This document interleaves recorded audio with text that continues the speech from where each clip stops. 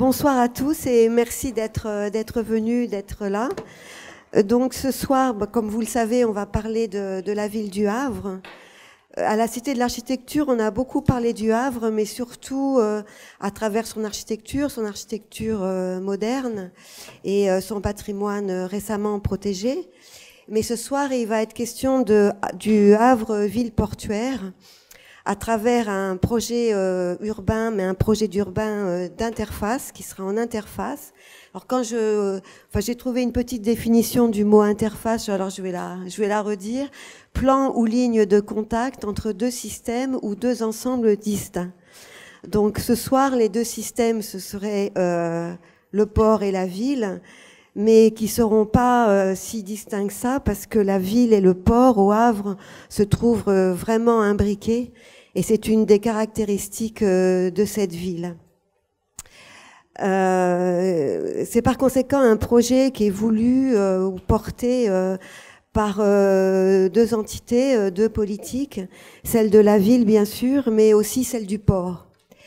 Et donc, ce sera à chacune des parties de trouver un équilibre à travers ce projet. Un projet urbain qui va révéler autant la réalité d'un lieu qui était difficilement appréhendable jusque-là, mais qui va révéler aussi l'ensemble d'un territoire beaucoup plus vaste et extrêmement composé. Donc ce soir, autour des deux maîtres d'œuvre qui sont là, Inessa Hanche et Michel Desvignes, nous accueillons pour l'agence d'urbanisme Boris Mingui, pour le port Baptiste Morand, et pour la ville François Cavard. Je vais commencer peut-être pour qu'on ait une idée du territoire. On pourrait commencer par vous, Boris Mingui. Alors je rappelle que vous êtes paysagiste, que vous êtes urbaniste et que vous êtes chef de projet de l'agence d'urbanisme de la région du Havre et de l'estuaire de la Seine. Donc rien que ce titre laisse entrevoir l'étendue que recouvrent les travaux de l'agence. Est-ce que vous pourriez un peu nous donner une échelle de ce territoire pour arriver jusqu'à la ville et qu'on comprenne un petit peu l'ensemble, peut-être pas l'ensemble du projet, mais l'ensemble dans lequel se situe le projet? Bien, bonsoir à tous. Donc effectivement, je vais essayer de resituer un petit peu le contexte du projet. Je vais essayer de vous faire un peu de bateau, un peu d'hélicoptère et puis un petit peu de marche pour que vous me suiviez à la fois dans le port du Havre, dans l'estuaire de la Seine et peut-être dans quelques rues. Donc j'ai préparé quelques slides. La première, en fait, si ça veut bien fonctionner... Voilà, la première vous situe dans l'embouchure de la Seine et vous montre un peu le gigantisme un peu de l'appareil industriel-portuaire du Havre et montre aussi l'emplacement stratégique du port qui fait suite à un port qui était déjà mis en place par les Vikings. Il y a eu le port d'Harfleur et finalement il s'est déporté, le port du Havre s'est déporté un peu plus vers la mer pour avoir des conditions encore meilleures. Et donc aujourd'hui, c'est vraiment le moteur économique de notre territoire, mais aussi d'un territoire un petit peu plus vaste. Vous avez sans doute suivi il y a quelques années la grande consultation sur le Grand Paris.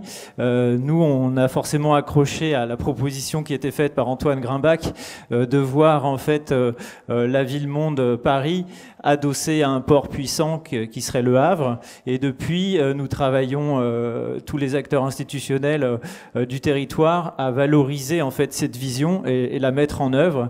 Et il y a un exemple déjà assez fort, c'est le regroupement de l'ensemble des ports de la vallée de la Seine sous une même enseigne, un même GIE qui s'appelle Aropa. Donc cette dynamique est mise en place pour essayer de capter les flux économiques qui sont majoritairement maritimes. 85% du trafic est aujourd'hui assuré par la mer.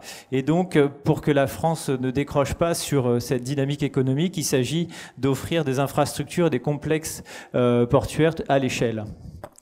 Voilà, donc finalement, au fur et à mesure des années qui passent, nous essayons d'organiser ce territoire, à la fois la façade maritime qui essaye de capter et d'organiser les flux avec la vallée de la Seine. Donc c'est un ensemble d'une taille considérable, mais quand on le compare finalement à des ensembles asiatiques, ça reste encore très très petit. Donc, effectivement, j'ai commencé par le port, puisque le port est né quelques mois avant la ville, mais la ville, c'est aussi un espace de vie assez important qui joue justement de cette attractivité d'horizon assez particulier, à la fois balnéaire, à la fois portuaire, et donc ça en fait une ville tout à fait singulière, comme pratiquement toutes les villes portuaires, et donc ça va m'amener à définir un petit peu différents types d'interfaces qui font un petit peu la spécificité havraise. Donc sur le secteur du Havre, j'ai mis en exergue cet ensemble, cette écharpe rouge qui correspond finalement aux zones les plus dynamiques actuellement. Et c'est pas un hasard, ça se trouve justement sur les différentes interfaces de la ville et du port. Donc, premier type d'interface qui semble intéressant à vous montrer, c'est un aspect de la ville qui est assez peu connu quand on s'y n'est pas encore rendu, c'est le Havre balnéaire. On bénéficie d'une station assez intéressante avec un projet tout à fait majeur pour le Havre qui a été le projet d'Alexandre Chemetov en 1994 qui a défini un projet de valorisation de la plage tout à fait spectaculaire qui, dans un système un peu d'accordéon, a déployé finalement une multiplicité de sites qui permet justement une mixité d'usage et qui en fait aujourd'hui l'espace public le plus apprécié du Havre et qui crée aussi une forme de mixité sociale renforcée par l'arrivée récente du tramway en 2012. Deuxième type d'interface, et là ça va concerner toute la soirée, c'est la question de l'avant-port et de l'entrée maritime du Havre. Et donc quelques illustrations pour montrer que c'est un lieu d'intensité en fait de trafic, puisqu'on peut y voir du trafic commercial, du trafic lié à la pêche, aux services, mais aussi à la plaisance, puisque juste à côté vous avez un port de plaisance de près de 1200 anneaux. Et puis, une nouveauté depuis quelques années, l'arrivée des croisières qui donnent en fait un attrait tout à fait nouveau au Havre. Et donc, il y a encore quelques années, en 2010, nous avions à peu près 40 000 passagers qui débarquaient. Aujourd'hui, en 2017, on aura 400 000 passagers et 150 paquebots de croisière. Donc, c'est dire le nombre de photographies qui sont prises du Havre depuis la mer et depuis ces géants des mers que sont les grands paquebots de croisière. Et donc ça interroge forcément l'image du Havre, l'image du port perçue par l'eau. Donc, autre slide, je ne vais pas trop détailler parce que ça sera bien présenté tout à l'heure par différents intervenants, mais c'est un peu le lieu du projet dont on parlera ce soir. En fait, un face-à-face tout à fait intéressant entre le secteur Aropa-Port du Havre, qui a un port tout à fait dynamique avec le fonctionnement que j'indiquais de beaucoup de trafic maritime, et puis en face, en fait, tout le secteur UNESCO dont on parlera abondamment tout à l'heure. Donc il s'agit, au travers d'un projet, de célébrer un peu un dialogue ville-port tout à fait particulier. Troisième type d'interface, ce qu'on appelle aujourd'hui, à travers différents travaux, le cœur métropolitain du Havre, un secteur qui joue à plein en fait les atouts d'une ville portuaire. On est vraiment dans l'ADN d'une ville portuaire avec des bassins assez étendus, de l'architecture contemporaine qui trouve facilement sa place justement dans des espaces très très vastes et qui permettent cette expression très particulière. Un port de plaisance qui s'est mis en place à la suite d'activités portuaires plus dynamiques il y a quelques décennies. Et donc on crée en fait des ambiances nouvelles à partir d'un ADN tout à fait intéressant. Ensuite, finalement, ce cœur métropolitain se construit à travers différents équipements qui viennent renforcer en fait l'attractivité. Donc, vous voyez par exemple l'école de Sciences Po réalisée par Christian Ovette en haut à gauche. Vous voyez les docks qui sont un centre commercial de loisirs qui a été réalisé par Bernard Reichen. Des nouvelles façons de traverser l'eau à travers cette passerelle. Et cette ambiance amène aussi à renforcer le caractère métropolitain avec les différentes fonctions attendues, et notamment celle de l'enseignement supérieur et de la recherche. Et donc la CODA, la ville du Havre, travaille aujourd'hui à mettre en place une lisibilité de son campus maritime et créer de l'attractivité autour de l'eau par rapport à cette dynamique d'enseignement supérieur. Donc le cœur métropolitain, il est situé à une interface multiple entre ville et bassin historique, mais également entre trois entités importantes. La partie ville historique qui est liée au centre Perret et au quartier de gare. Également les quartiers sud, qui sont en fait une sorte d'hybridation entre de l'industrie et de l'habitat. Et enfin le port au sud, qui offre une dynamique tout à fait intéressante. Donc contrairement à d'autres villes qui essayent de repousser leur port pour gagner du terrain. En fait, là, on est plutôt dans un travail collaboratif de fertilisation de cette interface ville-port qui est un lieu tout à fait adapté pour des expériences un peu inédites. C'est une sorte de laboratoire urbain tout à fait intéressant. Je ne vais pas détailler ces dernières entités en termes d'interface, mais il y en a une qui est liée au canal du Havre à Tancarville, qui sera particulièrement intéressante à travailler dans les années qui viennent, et une liée à une confluence entre la vallée de la Lézarde, le débouché de l'ancien port du Havre qui était Harfleur, et le canal du Havre à Tancarville.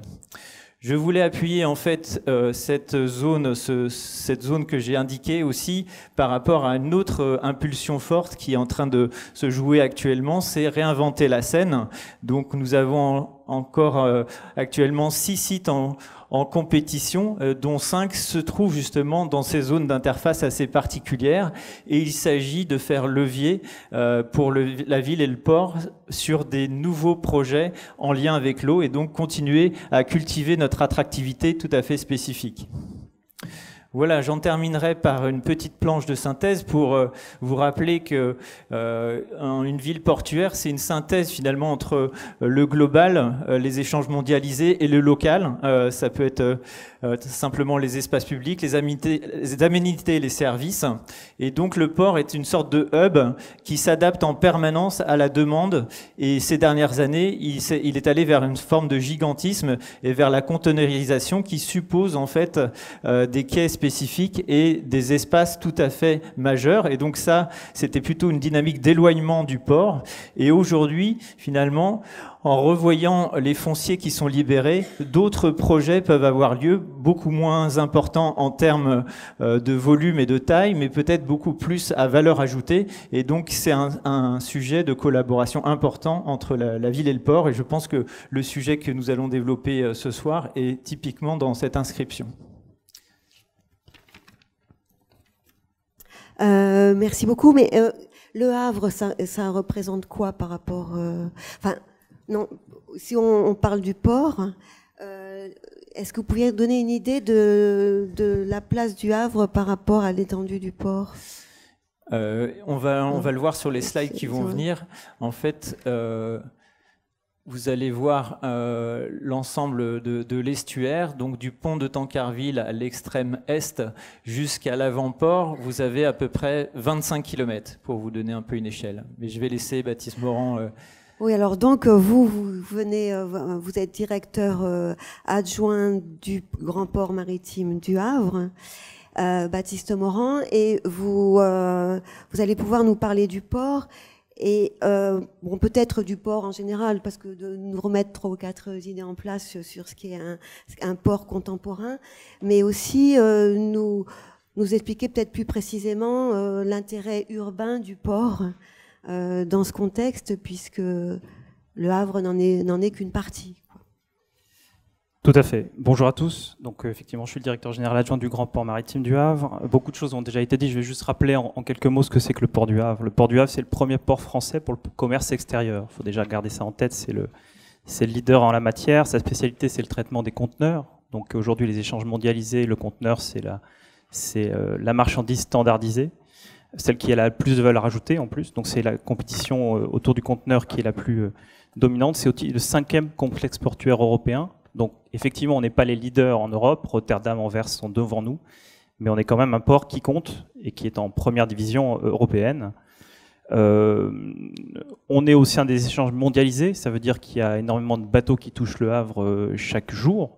On a une connexion avec plus de 600 ports dans le monde entier, l'Amérique, l'Asie, donc l'ensemble du monde entier se retrouve au Havre et des conteneurs sont déchargés. Chaque jour, on est à environ 2,6 millions d'équivalents 20 pieds, donc des conteneurs qui sont déchargés sur le port du Havre.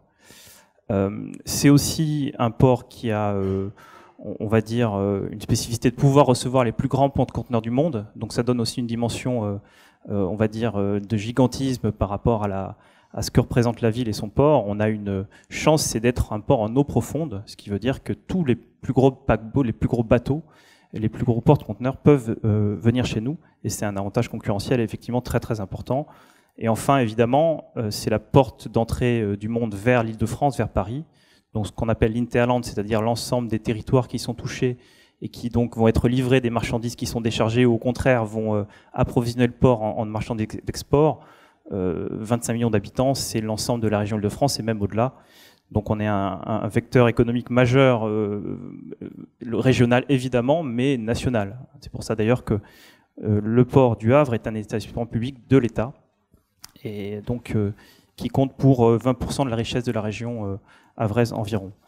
C'est aussi 32 000 emplois, pour vous donner un peu une idée de ce que ça représente en termes de vecteur économique. 14 000 emplois en secteur portuaire pur et 18 000 emplois en secteur industriel.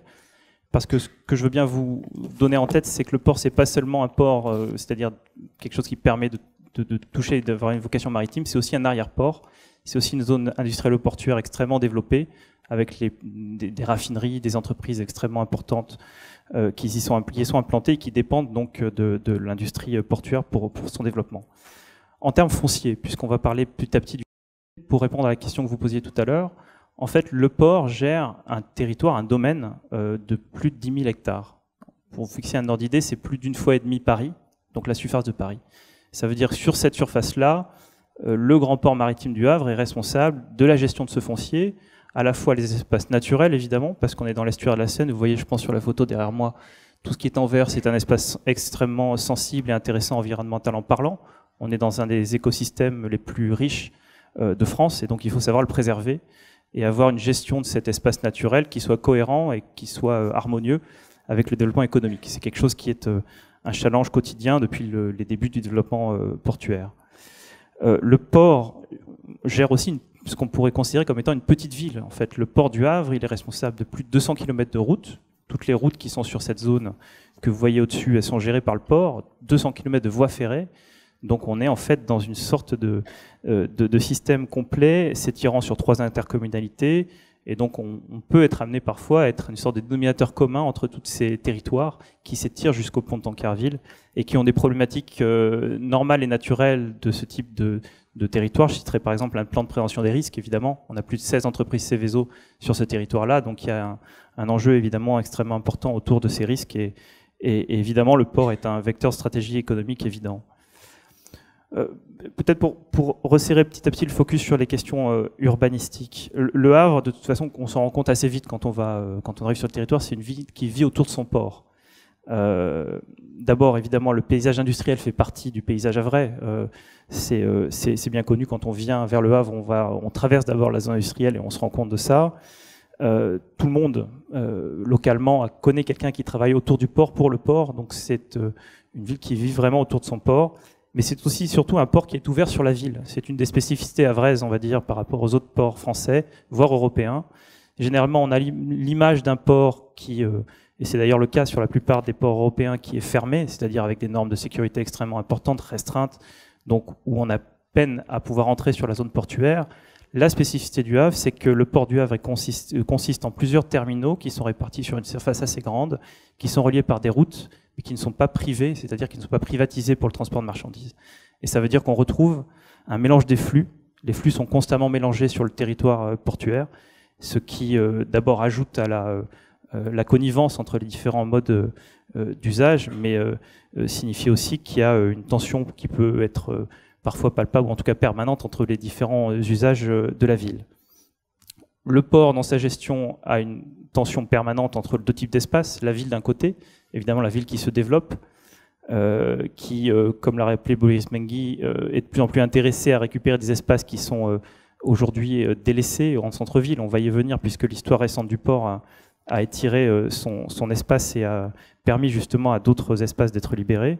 Et puis d'un autre côté, l'espace naturel, évidemment, avec une difficulté croissante, et c'est normal de se développer en étant le plus respectueux possible de l'environnement.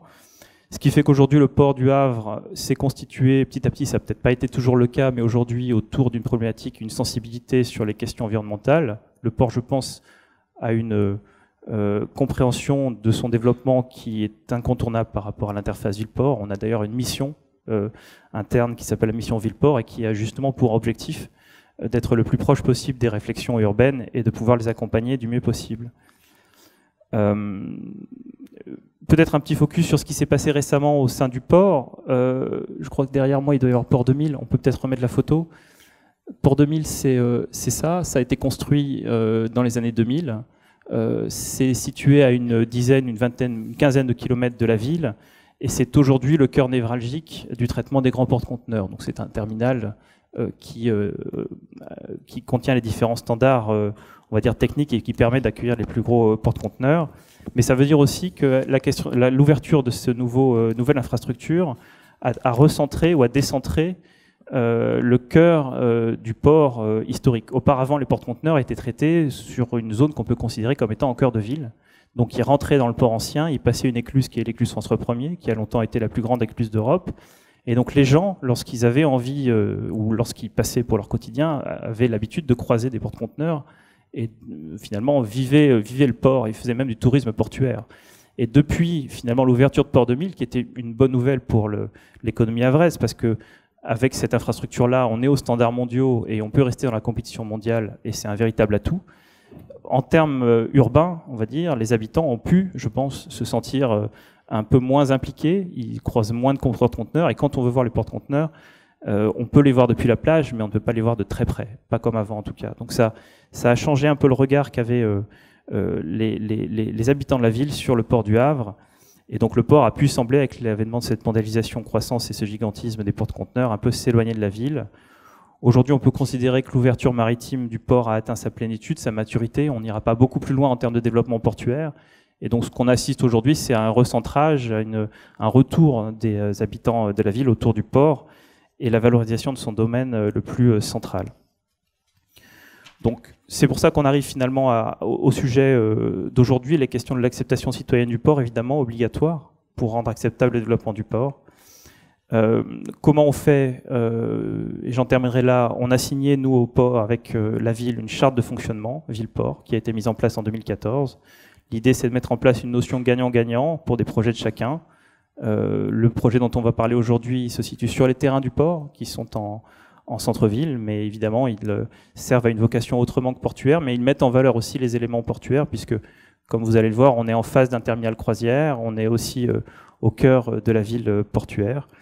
Et cette réalisation de projets en commun, elle permet, je dirais, d'avoir une bonne acceptation et une bonne connivence entre les différents acteurs, dont vous avez compris qu'ils sont à la fois impliqués et motivés pour faire de la ville du Havre une ville qui se sent toujours aussi bien autour de sa vocation industrielle.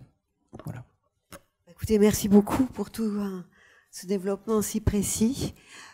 Donc on va pouvoir passer à la ville avec François Cavard. Vous êtes directeur général des services de la ville du Havre. Donc à ce titre, vous vous occupez de tous de l'urbanisme de la ville du Havre dans son entier. Mais en même temps, aujourd'hui, est-ce que vous pourriez nous parler à la fois du centre et à la fois de la façade maritime pour qu'on arrive à situer bien l'importance de ce projet? Oui, je vais vous dire quelques mots sur la raison qui a présidé au fait que la ville du Havre s'intéresse à ce quai de Southampton, ce grand quai. Le Havre, donc, c'est une ville de 170 000 habitants, l'une des 3 grandes agglomérations de cette Normandie qui est récemment réunifiée avec Rouen d'un autre côté et Caen. Et l'ambition donc de la ville, c'était de se réapproprier ce quai de Southampton. Alors si on peut laisser le slide précédent, Boris, celui qui... Voilà. alors, quelles sont les raisons qui nous ont poussés à nous intéresser à cette partie que vous voyez? Donc, vous voyez deux plages blanches en quelque sorte. L'une qui regarde du côté de l'ouest, et puis celle qui apparaît au sud, qui est également de couleur blanche. La partie de couleur blanche au sud, c'est donc celle qui est l'objet de notre discussion de ce soir, c'est-à-dire le quai de Southampton, entendu dans son acceptation élargie. Alors, la raison qui nous a amené à nous intéresser à cela, c'est d'abord parce que elle est assez simple, c'est que c'était un espace très moche. C'est-à-dire que Baptiste Morand l'a expliqué, l'histoire du port, si on voulait la résumer, c'est quand même l'histoire d'un déplacement progressif vers le sud. Le port était dans la ville. Je rappelle que le port a d'abord été créé et la ville a été créée il y a 500 ans, quelques mois plus tard. Et donc cette imbrication du port et de la ville était en effet extrêmement grande. Et ce grand espace qu'on voit ici était tel qu'il était encore il y a quelques mois de cela, avant que des démolitions n'interviennent pour précéder l'opération de réaménagement.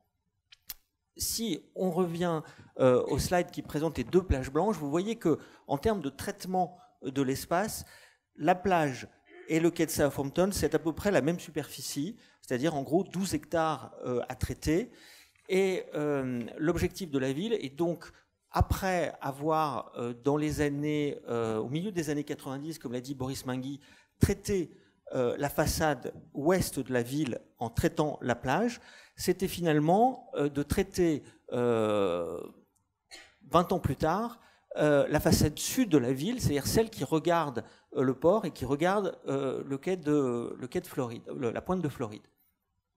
Donc c'est un espace donc, qui, jusqu'à une date récente, était utilisé pour différentes fonctions. Alors, des fonctions qui resteront extrêmement utiles au port, puisqu'il y a par exemple la capitainerie qui est sur ce quai, qui est le bâtiment le plus haut que l'on voit à l'arrière.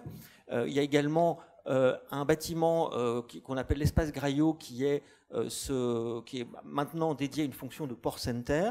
Et puis, comme vous le voyez, le reste était occupé par différents parkings, par des petits édicules qui contrastaient quand même assez singulièrement avec la majesté des façades Perret que vous voyez de l'autre côté de la rue, qui sont l'un des plus beaux alignements d'immeubles Perret de la ville. Alors, si on regarde maintenant le fonctionnement du centre, et pour expliquer quelle est l'ambition finalement de la ville en traitant le quai de Southampton, on la voit assez bien sur ce petit schéma. C'est-à-dire que vous voyez que on retrouve le Havre qui est en fait cette équerre avec d'un côté la mer, la Manche, et puis de l'autre côté l'estuaire. Et en fait, ce projet de Grand Quai s'inscrit dans la suite d'autres opérations de réhabilitation urbaine. Alors, j'ai cité la plage que vous voyez donc côté ouest, qui regarde la mer. Et puis, je cite une deuxième étape qui était importante dans la vie du centre-ville du Havre, qui est la restructuration de l'espace Niemeyer. L'espace Niemeyer, c'est donc, pour ceux qui connaissent, donc ce bâtiment qui est parfois surnommé, enfin qui est dénommé le Volcan, qui est donc une architecture complètement singulière apparue dans les années 80 en plein milieu de l'espace reconstruit Perret. Donc cette émergence donc voulue par la ville et par l'architecte Oscar Niemeyer. Et ce projet de restructuration a eu lieu donc ces dernières années. Et le bâtiment abrite désormais donc la scène nationale qui porte le même nom, qui s'appelle le Volcan, donc salle de spectacle, et puis une grande bibliothèque. Et vous voyez également en pointillé en fait deux axes, qui sont les deux axes qui structurent de façon différente, mais qui structurent le cœur reconstruit du Havre. Le premier qui apparaît en haut et qui est orienté est-ouest, qui est l'avenue Foch. Alors l'avenue Foch est une très grande avenue qui relie en fait la mairie et la place de l'Hôtel de Ville à la plage, qui est essentiellement résidentielle. Et puis vous avez l'autre axe que vous voyez également en pointillé vert et qui relie la même place de l'Hôtel de Ville précisément au Grand Quai. Et cet axe-là, qui est donc dénommé la rue de Paris, est une rue qui, avant la destruction du Havre, était une des rues majeures de la ville, puisque c'est celle qui précisément reliait le centre-ville au grand quai, au quai de Southampton, qui était ce quai qui, à l'époque, était le quai du port, était le quai qui était le quai très actif. Et quand on voit des photos de ce quai, alors là c'est la ville reconstruite, mais quand on voit des photos de la période d'avant la destruction du Havre, lors de la Seconde Guerre mondiale, on voit en effet que cette partie de la ville était extrêmement animée. Et la reconstruction a eu pour effet, enfin je ne sais pas si c'est la reconstruction qui a eu pour effet, mais en tout cas ce qu'on a observé ces dernières années, c'est précisément qu'à mesure que l'activité portuaire déclinait sur le Grand Quai, la rue de Paris, c'est-à-dire cet axe sud-nord, peu à peu a perdu de son attractivité, et c'est aujourd'hui une rue où les commerces se sont raréfiés, où il y a beaucoup moins d'activité, et donc l'un des paris qui est fait par la ville, c'est finalement, en réhabilitant le Grand Quai, avec sur le chemin de la rue de Paris, le volcan qui est devenu un centre névralgique beaucoup plus important depuis qu'il a été réhabilité, c'est finalement d'organiser une démarche de redynamisation de la rue de Paris. Et notre idée finalement, c'est que la plage, Boris Mingui l'a dit, est extrêmement appréciée des Havrais l'été, un peu toute l'année, parce que c'est le lieu qu'ils ont pour découvrir la mer, pour être au bord de la mer. Et donc notre ambition, c'est finalement, à côté de la plage, côté ouest, c'est d'avoir ce grand quai réhabilité, ouvert à la promenade, puisque l'ambition du projet, c'est aussi de poursuivre la promenade de bord de mer, puisque vous pouvez commencer à cette petite commune qui s'appelle Sainte-Adresse, qui est située juste au nord de la plage.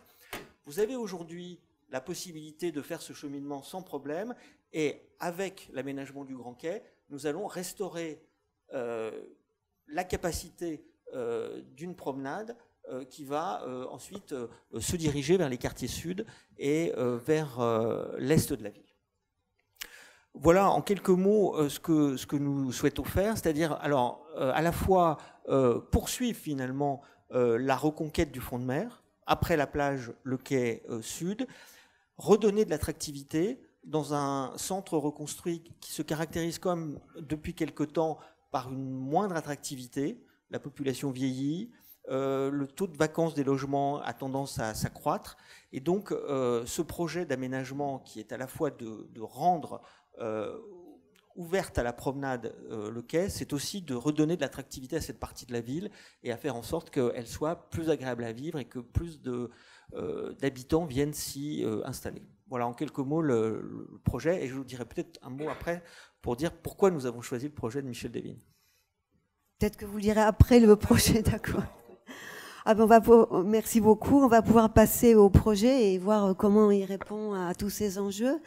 Alors pour ce projet une architecte, Inessa Hansch, et un paysagiste, Michel Desvignes. Et ce serait bien que chacun de vous explique sa démarche pour qu'on comprenne bien l'un et l'autre comment vous avez répondu avec un projet chacun à votre façon. Donc je ne sais pas qui veut commencer.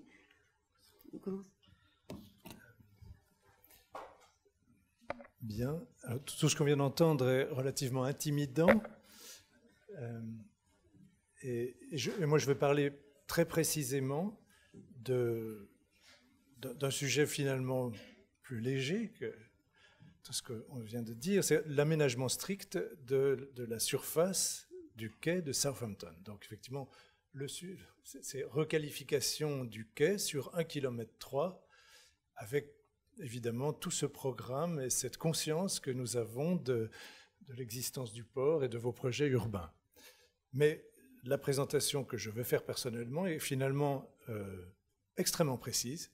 C'est que faire de cette surface aujourd'hui. Et je dois dire que j'ai un peu d'expérience, puisque j'ai contribué à aménager le vieux port de Marseille, mais avec Inessa Hansch, nous travaillons aussi sur le front de rivière de Détroit. Et puis, évidemment les quais de Bordeaux, et puis à Hong Kong, le West Kowloon.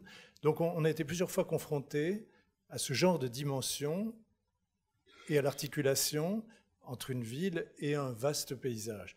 Et à chaque fois, c'est effectivement une vraie responsabilité. Moi, je prends ça assez gravement, c'est-à-dire aménager une telle surface est une responsabilité forte. Et je vous prie de croire que tout est possible. D'autres projets ont existé, d'autres études ont existé, des étudiants même d'Harvard avec qui Nessa et moi-même avons travaillé ont imaginé des tas de solutions. Tout est possible. Et nous prétendons, et je prétends avoir peut-être trouvé l'échelle juste d'une intervention sur ce quai. Je vous montrerai d'ailleurs une série d'étapes. Alors évidemment, nous avons tous montré cette image en y voyant sans doute des choses différentes. Je suis à la recherche de l'échelle juste, du geste juste pour l'aménagement de cette surface à cette pointe même, à cette entrée non seulement du port, mais effectivement de l'estuaire. Il y a évidemment cette dimension d'une géographie naturelle, je n'irai pas jusqu'à Paris, mais cet estuaire est vaste, le paysage vu est vaste, et il n'est pas évident d'aménager une surface depuis laquelle on observe un vaste territoire.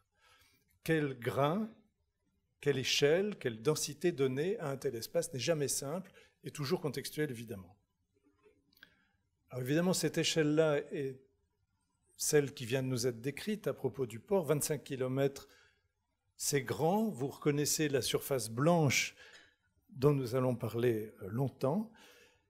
Et je me souviens d'un texte qu'a écrit Michel Courajou à propos de ce texte à l'occasion d'une exposition de photographie. Et c'est un texte magnifique où il décrit justement cette difficulté de percevoir l'échelle d'un tel lieu. C'est 25 km, mais c'est composé d'objets, et il est presque impossible, parce que nous n'avons pas de référence, d'en comprendre la dimension. Et c'est d'ailleurs ce qui fait sa très grande beauté, c'est sa démesure. On ne sait pas mesurer un tel endroit, l'œil ne sait pas. Et c'est la grande beauté d'un port, c'est la grande beauté d'une géographie naturelle aussi. Et le grand danger d'un aménagement, ce serait justement de donner une mesure à tout cela et de banaliser tout cela. Donc c'est une première réaction qu'on a, surtout en ayant lu ce texte. Alors je ne veux pas le lire ce soir évidemment, mais je l'ai lu à l'occasion d'un hommage à Michel Courajou. C'est un texte sublime que je vous invite à lire dans son propre livre. Et un photographe a bien montré d'ailleurs le port. Il faudrait qu'on vous remontre ce travail-là. Alors évidemment, avant la démolition, ce quai de Southampton avait une autre forme, une autre dimension et sans doute une autre intensité. La reconstruction d'Auguste Perret laisse une surface beaucoup plus ample et là aussi d'une mesure très difficile. La longueur qui nous concerne, c'est 1,3 km. Et justement, pour un architecte, 1,3 km peut paraître affolant. C'est plus grand que le Louvre, ça paraît gigantesque. Pour un paysagiste, pas du tout.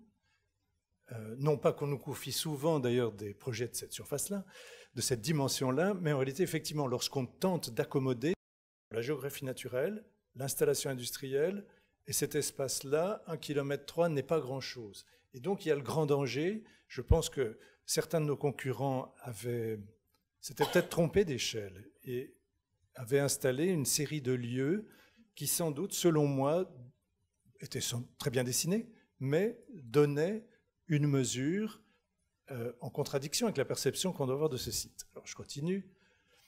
Donc, très belle photo historique qui montre la reconstruction de ce quai avec quelques éléments historiques conservés, mais toute une estacade neuve construite dont on doit dire que nous devions les conserver. Élément clé, un tel projet aujourd'hui est un projet très ambitieux, mais un projet modeste.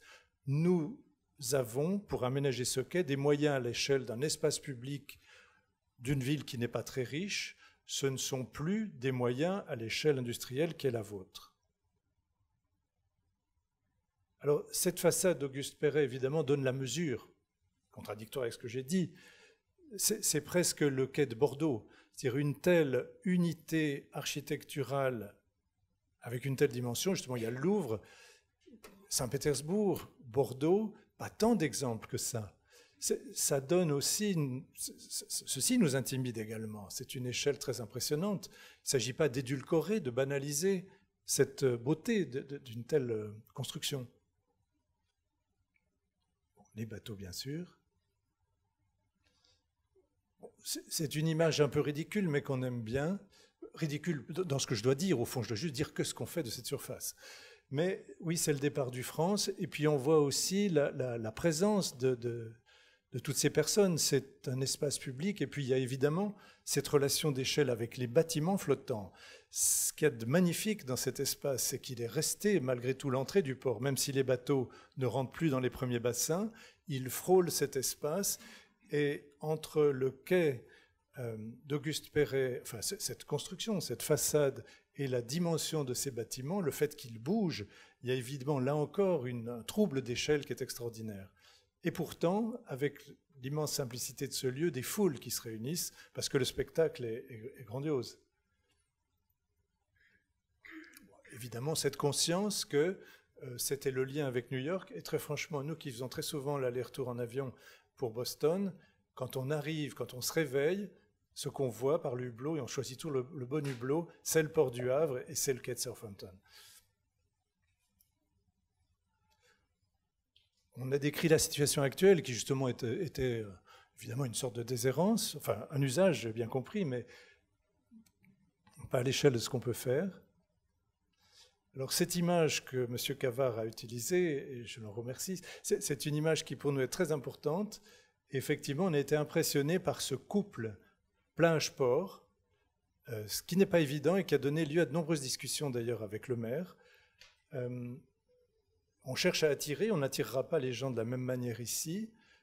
Ce vide, parce qu'on va y venir progressivement, on avait été conviés ici à de nombreuses conférences, et à Marseille aussi, non, sur le vide que Francis Rambert avait organisé. Donc, qu'est-ce que c'est que cette surface? C'est la même chose, mais ça ne peut pas être le même usage, pas la même écriture, mais c'est un couple fantastique. C'est avoir dans une ville deux surfaces d'une telle taille, c'est remarquable. On peut s'étonner d'ailleurs que ce soit aujourd'hui qu'on s'intéresse à cette surface. Et je rassure toujours nos clients du Havre, parce qu'au fond, c'est partout. C'est bien aujourd'hui, au début du XXIe siècle, qu'on s'interroge sur la requalification de nombreuses surfaces portuaires et industrielles au cœur des villes. Enfin, on citait Bordeaux, énormément de villes se posent cette question aujourd'hui, et c'est assez fascinant. On croyait que c'était fait depuis 40 ans, et c'est maintenant que ça se passe. À un moment où justement, on s'interroge sur nos moyens, sur les moyens qu'on veut consacrer à tels équipements, et où justement, on est conduit à une modestie que je trouve très adaptée, très intéressante. Alors ça, c'est la situation actuelle de ce port, et puis je vais assez vite sur cette image en disant, lors d'une première approche, un dialogue compétitif où d'autres équipes répondaient, on a rapidement imaginé que ceci pouvait être une grande unité comme la plage et pourquoi pas une très grande pelouse. À l'inverse, j'évacue cette chose, on a imaginé qu'à l'intérieur des îlots, des îlots construits d'Auguste Perret, il pourrait y avoir une transformation très importante pour donner un autre statut à ces cours qui sont aujourd'hui des stationnements, qui ont parfois été peut-être négligés et qui pourraient devenir en effet des jardins. Mais on ne voyait pas de jardin sur le quai. Ce quai, nous l'imaginions comme une très grande surface unitaire qui puisse à la fois être un lieu d'usage et un lieu qui appartienne déjà au paysage, qui soit déjà le paysage que l'on observe. Effectivement, de telles pelouses existent. En France, il y en a une très connue qui est à Annecy, le Paquier. Il y a aussi, évidemment, récemment à San Francisco, une réhabilitation des quais sous forme d'une grande pelouse. Bien sûr, il y a Deauville, mais Deauville est différente parce qu'il y a la pelouse et une plage. C'est tout à fait différent. À San Francisco, effectivement, une très grande partie de l'ancien port a été transformée en pelouse et l'absence d'échelle d'une telle pelouse nous intéresse et son usage et son confort possible. Alors, premières images tout à fait naïves, et je dois bien avouer, c'est là où ça peut devenir un peu plus intéressant pour vous, c'est qu'au départ, on a imaginé cette pelouse un peu comme un remplissage. Oui, toute cette surface pouvait devenir une pelouse, depuis la voie jusqu'au bord du quai, puis on avait la mer ou le port industriel. Donc une sorte de matière accueillante, qui peut être aussi tout à fait intéressante lorsqu'elle est vide, sans échelle, très économique. Mais c'était encore une sorte de remplissage. Donc voilà, une espèce de matière jusqu'au bord. Et là, j'aborde la partie plus précise où justement on s'intéresse à la mise en œuvre. On nous a fait comprendre que ce remplissage n'avait pas de sens. Il y avait même des doutes sur cette pelouse. Et il y a eu ce jeu sur lequel nous devons faire entre une promenade et une pelouse. La promenade manquait. La continuité que vous avez montrée sur l'ensemble de ce littoral manquait. Comment, du coup, réussir ce que je veux sur cette absence d'échelle par rapport au grand paysage, tout en introduisant de grandes surfaces minérales et une promenade continue. Et c'est tout le sujet, et c'est là où l'échelle redevient un thème majeur. Comment composer une pelouse pour introduire des surfaces minérales sans que ce dessin encombre. Évidemment, il y a les ouvrages maritimes, et j'adorerais d'ailleurs pouvoir intervenir dans un port, parce que la composition d'un tel lieu, lié à de grandes manœuvres, lié à des vues, est intéressante. Et c'est ce qu'on a tenté de faire ici, en repérant un certain nombre de pointes obligées, en comprenant bien que les surfaces ne pouvaient pas évoluer. Personne aujourd'hui ne peut financer le remplacement ni même la destruction des estacades. Il y avait des jetées sur lesquelles on doit s'accrocher. Alors, c'est pas très compliqué en fait. Et on a imaginé justement que cette composition devait s'articuler avec les grandes jetées, avec des éléments comme des amers, c'est-à-dire le bâtiment graillot que l'on conserve, la tour de la tour de la capitainerie, et une continuité, une sorte de fluidité des chemins. Et petit à petit, on s'est orienté vers cette composition assez étrange en plan, je dois avouer, en faisceau, en fuseau, parce que c'est en perspective qu'on l'a conçu, pour qu'il y ait la démesure que l'on cherche, vue depuis les bâtiments vers le port ou vers le large, et des grandes visées. Alors, je le montre, c'est un peu technique, mais voilà, on a tenté de composer toutes ces formes dans des prolongements, dans des visées, sur la tour parfois, sur la jetée. Chose qu'on fait rarement, on travaille beaucoup en plan sans faire cela. Alors, on l'a fait en perspective toujours. Alors, vous voyez différentes tentatives où on tire des lignes. Quelle est la longueur minimale, quelle est la longueur critique pour que cette démesure s'installe, pour qu'on n'introduise pas un motif, pour qu'on ne casse pas la démesure encore une fois. Alors, vous voyez des différentes tentatives en perspective et des choix assez, encore une fois, précis qui peuvent paraître. C'est vraiment notre métier, c'est ce qui me passionne. C'est cette ligne-là plutôt que cela. On avait l'illusion qu'ici c'était plus intéressant puisqu'on aurait eu une largeur de pelouse plus grande et on aurait eu cette démesure depuis le bâtiment vers le port industriel. En réalité, en perspective, on s'est rendu compte que cette largeur-là importait peu. Le premier plan compte beaucoup en perspective et dès lors qu'on a une largeur critique, ce qu'on cherchait est assuré. En revanche, cet alignement-là est très important pour aller chercher cette pointe-là et pour échapper à ce bâtiment. Donc on a privilégié cet alignement-là par rapport à cela et donc accepté une réduction de moitié pratiquement de la pelouse parce que c'est cela qu'il fallait faire pour que cette composition fonctionne. Bien entendu, apparaît une importante surface minérale qui, elle aussi, ne doit pas avoir de dessin, ne doit pas avoir d'éléments mesurables qui détruiraient cette chose. Alors, un plan un peu étrange, où on comprend ces alignements avec les jetées, ces alignements avec la tour, ces fluidités et ces grandes visées depuis la sortie du pont vers cette pointe. Je vous passe les étapes, bien entendu, et la surface minérale. Alors, après, après, donc deux surfaces, deux figures grandes, avant, après. Alors, je montre ça très modestement, mais voilà, c'est vraiment ces visées-là qui nous intéressent. Avant, après. Ça nous permet évidemment aussi de répondre à des fonctions. Je veux dire, c'est ce que nous avions largement escamoté dans un premier temps nous a été rappelé. Et on doit rendre un certain nombre de services pour la capitainerie, justement, pour sa tour. Il y a besoin de stationnement, il y a tous ces cheminements. Cet équilibre entre la surface minérale et la pelouse nous intéresse beaucoup. Cette surface minérale n'aura aucun dessin. C'est une matière sans joint, sans limite. C'est une manière particulière d'utiliser le matériau industriel par excellence, le tarmac, enfin l'enrobé. Bon, c'est l'endroit peut-être le moins évident, mais une manière de gérer le stationnement par de légers creux qu'on ne verra pas.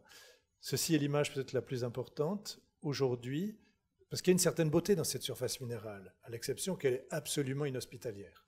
C'est-à-dire qu'on peut, sur des images, trouver ça formidable et presque regretter qu'on la transforme. Mais en effet, sur place, c'est le dernier endroit où se tenir.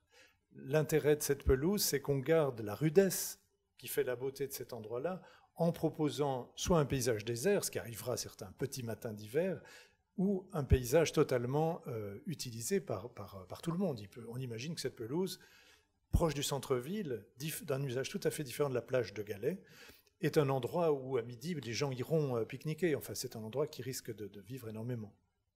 Voilà, je crois que c'est la dernière image que je montre. Et évidemment, il y a ça, il y a la continuité de Perret. Je dois avouer que ces arbres ont disparu maintenant. La continuité de la façade, l'échelle de ces bateaux, la démesure à la fois de cette pelouse et de ces surfaces minérales. Voilà.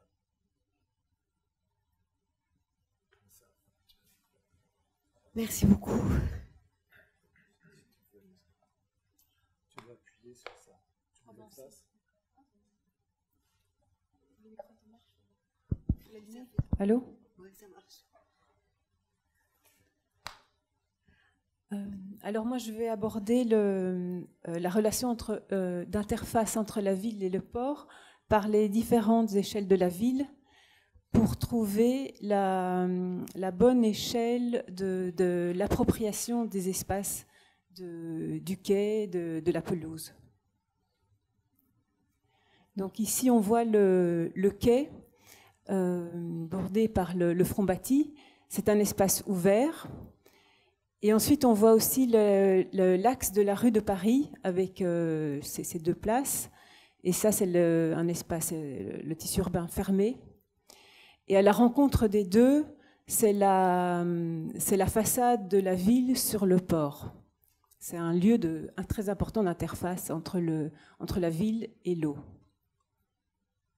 Donc voilà, on voit, c'est cette façade-là qu'on voit. C'est la façade monumentale de Perret, dans l'axe c'est le débouché de la rue de Paris sur l'eau. Ici, on peut identifier trois natures d'espace qui se rapportent à trois échelles de la ville, trois échelles différentes de la ville. En vert, c'est le quai qui se réfère à la mer, à l'espace au large. Il y a le déroulé la façade de la ville sur l'eau qui est représentée par un socle. C'est donc l'échelle du socle, enfin l'échelle de la façade de la ville. Et ensuite, il y a le tissu urbain représenté par les arcades de Perret. Et ces trois échelles différentes, ces trois natures d'espace se rencontrent à l'ouverture de la rue de Paris sur l'eau face au port. Donc ça permet de mettre en place entre la ville et l'eau et le port toute une série une succession d'espaces différents définis par le sol. Alors il y a en commençant à gauche, il y a comme un seuil qui correspond à la place carrée de la rue de Paris. Ensuite, il y a le socle qui avait été identifié le long des façades. Ensuite, il y a la rue et puis il y a le quai. Et ça permet d'identifier différents espaces qui vont fabriquer cette interface entre la ville et le port. On voit ici en image, on voit bien la place carrée qui fabrique comme un seuil à l'entrée de la ville et la manière dont la rue de Paris s'ouvre sur le port en exposant ses colonnades vers l'eau. Donc c'est l'occasion d'installer à cet endroit-là des équipements pour l'appropriation des espaces et pour apporter un peu d'activité et redynamiser la rue de Paris avec une série d'équipements. Ici, ce sont des portiques par vent. Alors les portiques qu'on voit en vert clair qui sont installés sur le socle prolongent sur le quai l'espace qu'on voit en jaune qui correspond aux colonnades, au rez-de-chaussée traité avec les colonnades, le rez-de-chaussée de toute la ville reconstruite. Donc c'est une manière d'avancer vraiment cet espace piéton sur le quai pour faire avancer la ville vers le port.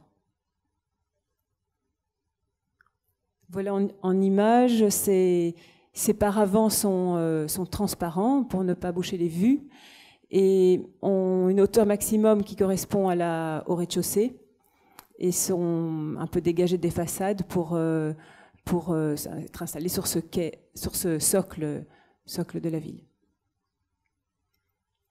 Voilà, donc c'est l'occasion d'installer toutes sortes d'activités urbaines face à la mer,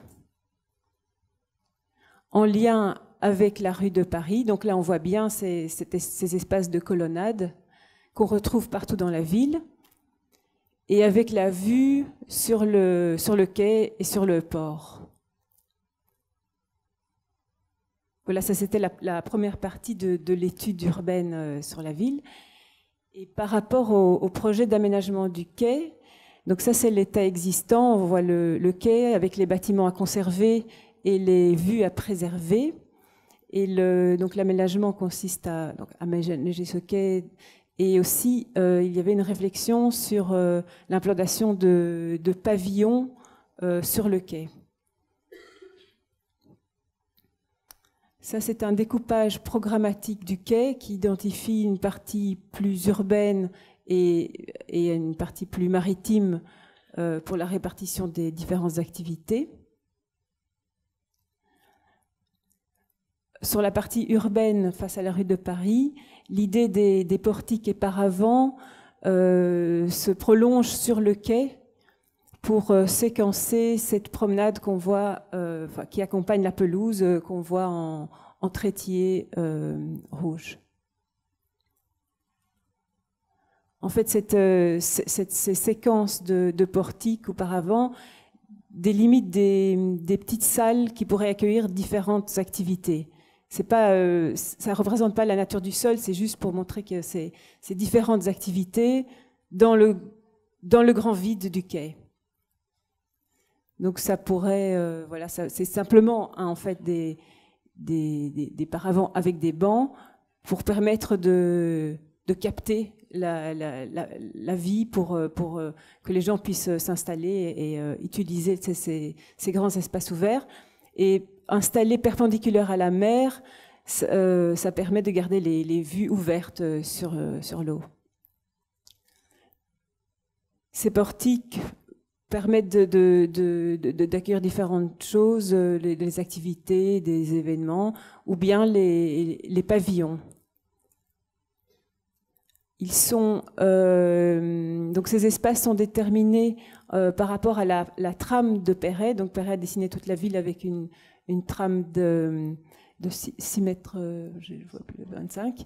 Et donc les paravents seraient dans l'alignement de ces colonnades, mais en proposant une nouvelle échelle qui serait cette échelle intermédiaire entre la ville et le port, et qui permet d'accueillir des pavillons, entre autres.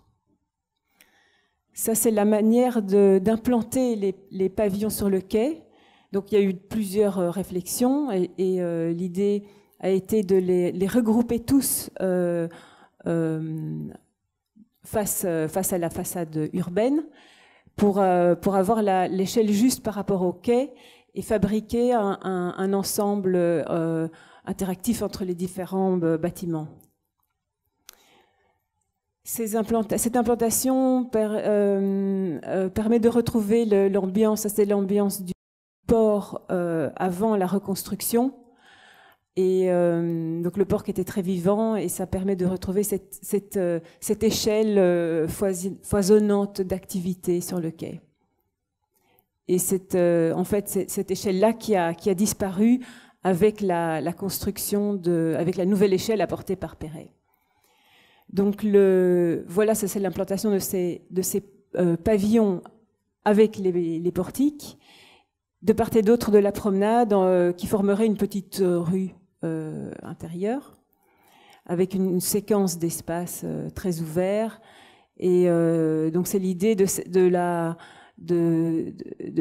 l'espace du rez-de-chaussée de la ville qui s'avancerait comme une grande nappe sur le quai, avec des bâtiments qui ne dépasseraient pas la hauteur de 3 mètres des rez-de-chaussée.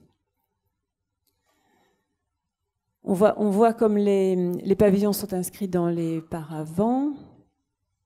Et là, en fait, donc la première partie de notre projet se limite à l'aménagement du quai, donc il n'y a pas de pavillon.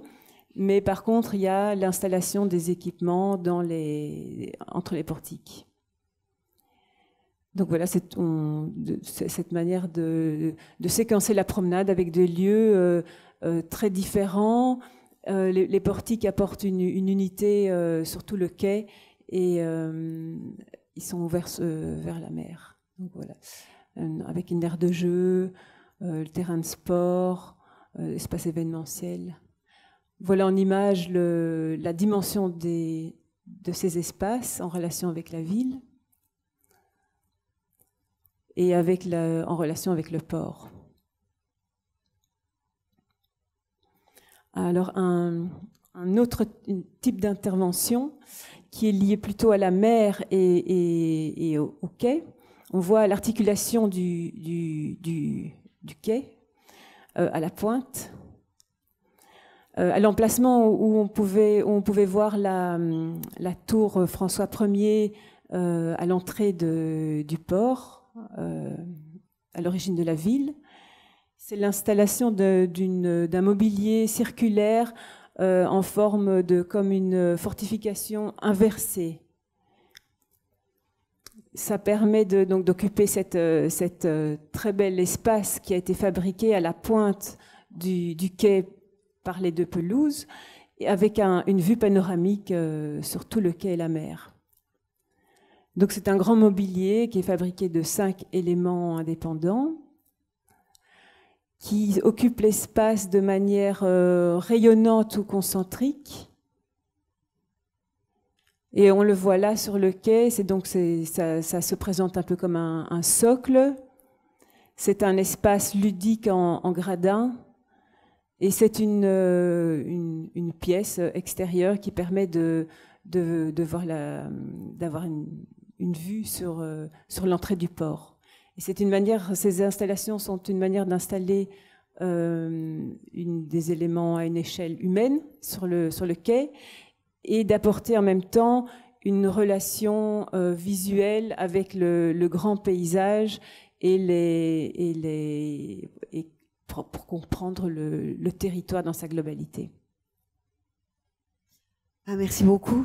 C'est vraiment intéressant de voir vos 2 démarches et pour un seul projet qui réunit enfin la ville et la mer. Alors donc, pourquoi vous avez choisi ce projet?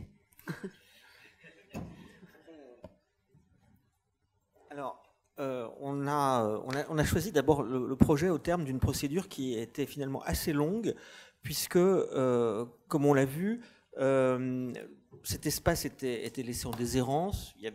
On savait qu'on repartait quasiment de zéro, c'est-à-dire qu'il fallait sans doute tout raser, si je puis dire, pour espérer refaire quelque chose.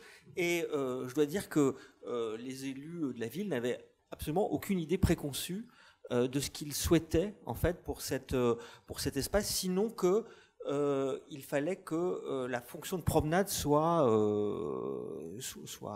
réalisée, soit apparente. Et donc nous avons fait en fait un choix en 2 étapes avec une première étude de définition qu'on a qualifiée comme ça, qui était simplement amener, la plupart du temps c'était des équipes de maîtrise d'œuvre, à réfléchir à un parti pris sur ce qui pouvait être fait sur ce quai.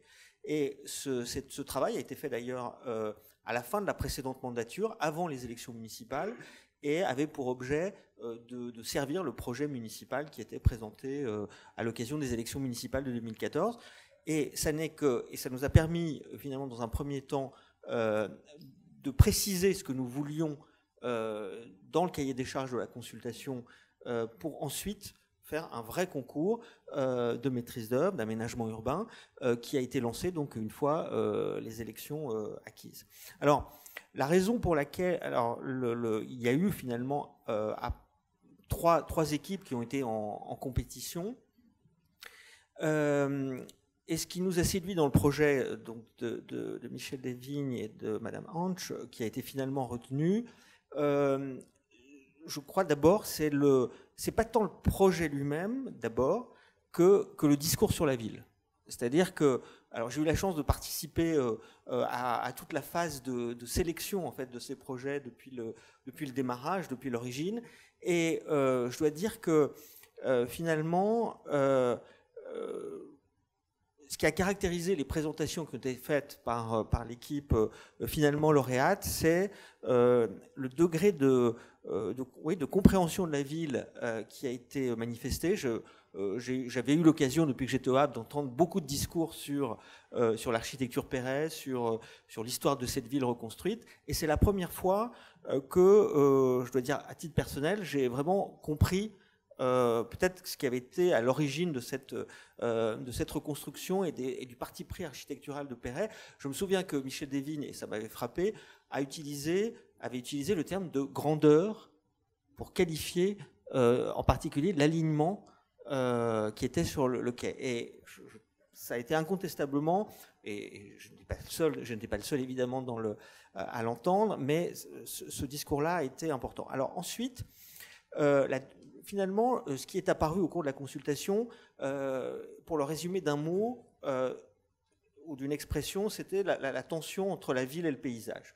C'est-à-dire qu'on a bien vu dans les projets qui nous ont été présentés que certains faisaient le choix de la ville, en quelque sorte, au sens où leur projet sur le quai était présenté comme une extension de la ville, ou comme une réplique de certains éléments architecturaux de la ville. Je me souviens en particulier d'un projet qui reprenait la trame Perret, donc ces fameux quadrilatères de 6,25 m dont parlait Inessa Hanche, qui apparaissent, on le voit là dans les pavillons, mais de façon finalement assez modeste.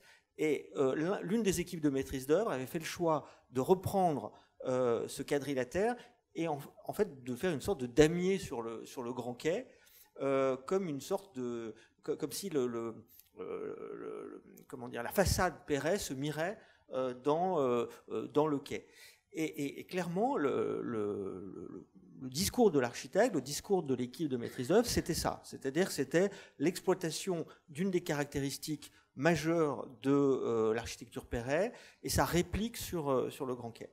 Et ça, c'était vraiment le choix de la ville, finalement. Et en fait, le choix que nous avons fait, c'est, et on l'a entendu dans les propos de Michel Desvignes, c'est en fait plutôt le choix du paysage. C'est-à-dire qu'il nous est apparu aussi que finalement, il fallait plutôt regarder du côté de la mer, du côté de la vue qui s'offrait sur la mer et de la façon de la restaurer, alors qu'elle était polluée par toute une série d'éléments.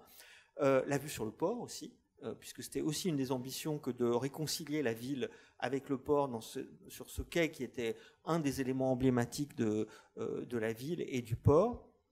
Et donc, le troisième projet d'ailleurs hésitait, lui, entre le paysage et la ville. C'est-à-dire qu'on avait un projet un peu hybride, c'était assez marrant à voir, parce qu'on avait un projet qui à la fois était assez minéral, reprenait les codes Perret, et puis en même temps se rendait bien compte que c'était d'ailleurs, à mon sens, le moins bon des deux, puisque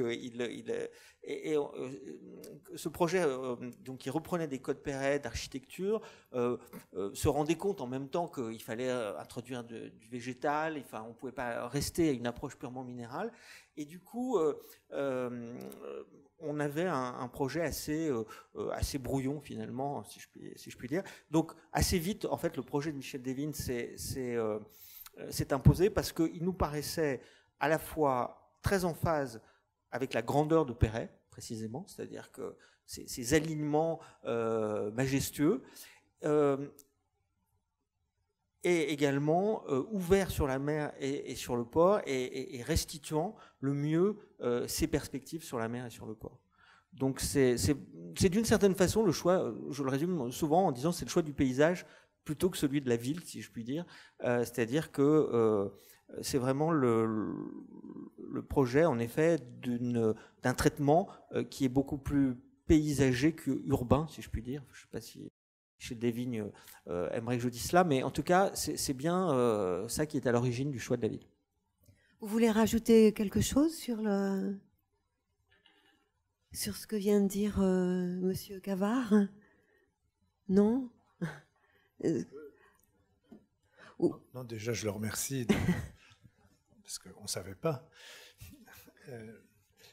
Non, c'est bien, mais alors c'est vrai que la présentation que vous avez faite justement montre comment il y a effectivement cette dimension cette absence d'échelle, ce paysage, mais deux interventions distinctes. Et je trouve que c'est très intéressant. Moi, je n'aimerais pas devoir concevoir cet ensemble. C'est deux points de vue qui se confrontent, et c'est bien le dialogue dont vous parlez. Et c'est peut-être ça aussi qui est particulier dans cette réponse, c'est cet équilibre équilibre ou tension d'ailleurs, entre deux visions sur ce territoire.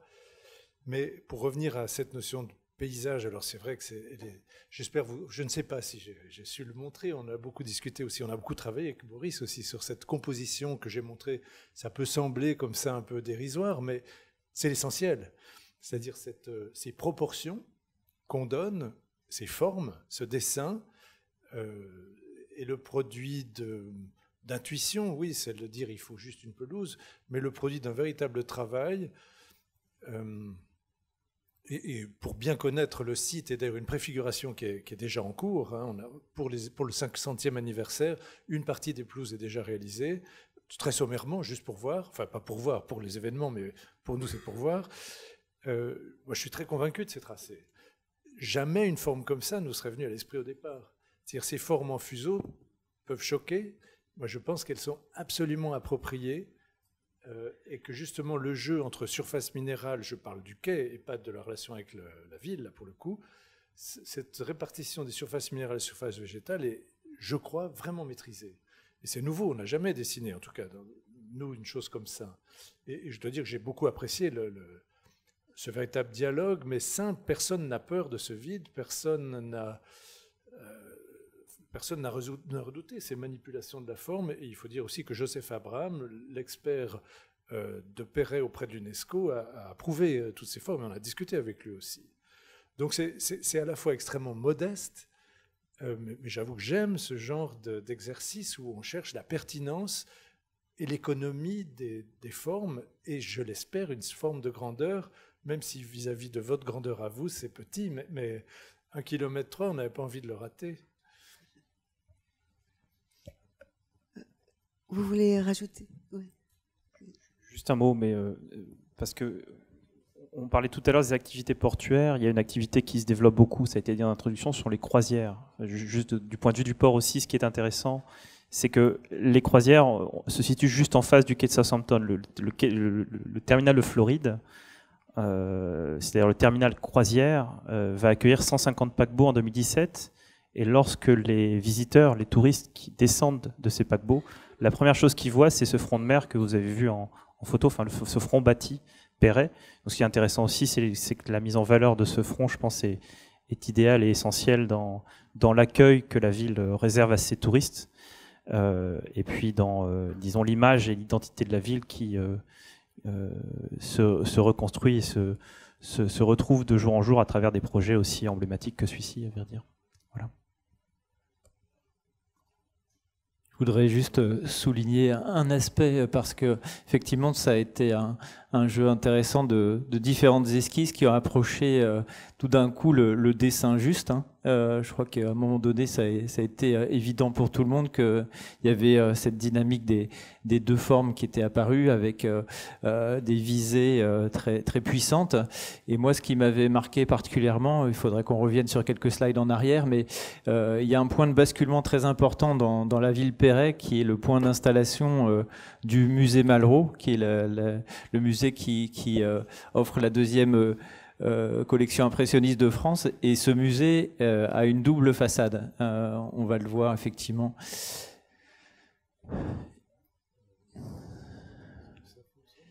Là, on le voit effectivement. Donc, il y a une façade orientée. Peut-être, il y a une façade. Vous voyez le musée Malraux ici, donc qui est inscrit dans la trame Perret, et donc il regarde à la fois la mer sur cette façade-là, et il regarde le port de cette autre façade. C'est aussi l'endroit où a été conçu l'impression Soleil Levant, hein, qui a donné lieu au mouvement impressionniste.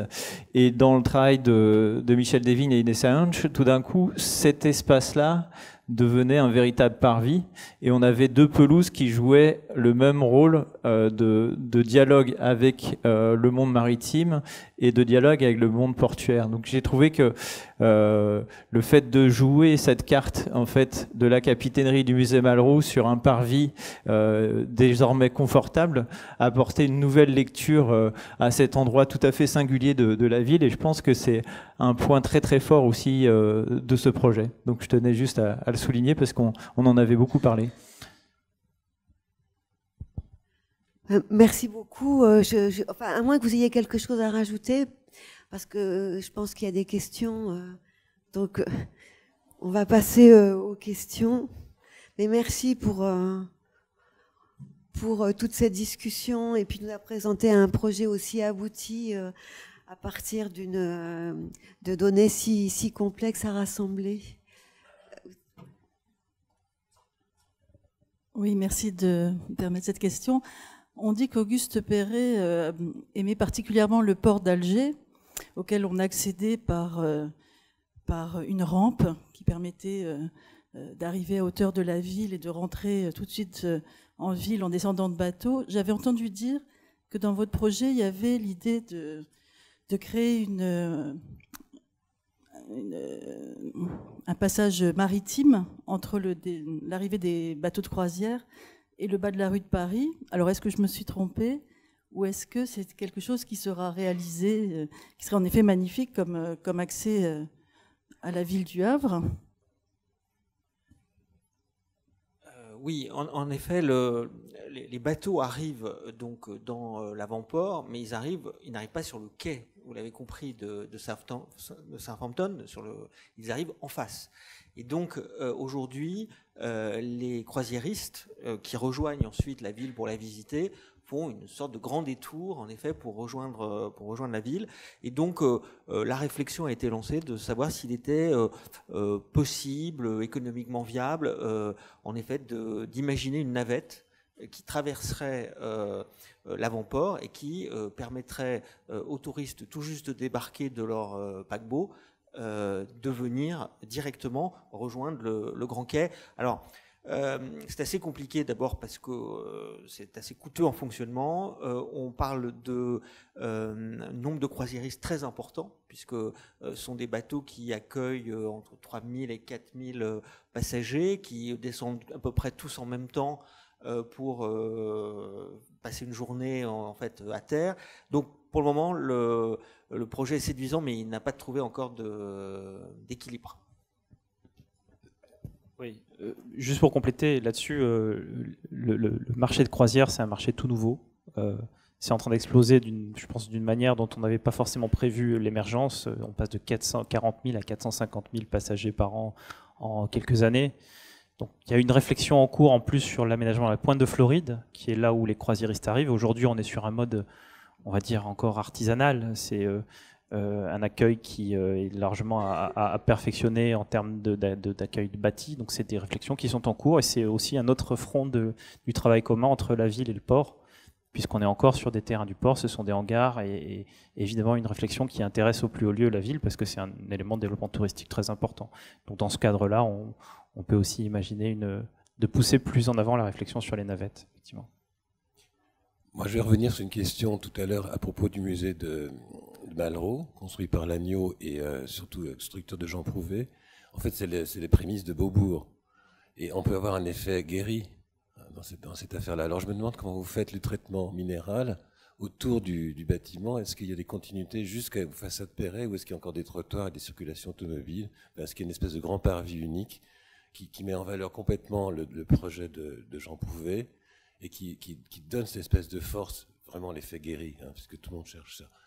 Et en fait, au Havre, on a 3 points comme ça. On a Prouvé, on a la grande église Saint-Joseph, et puis l'hôtel de ville. Pour moi, c'est ces 3 points-là magnifiques. On peut arriver à une espèce de circuit, de parcours.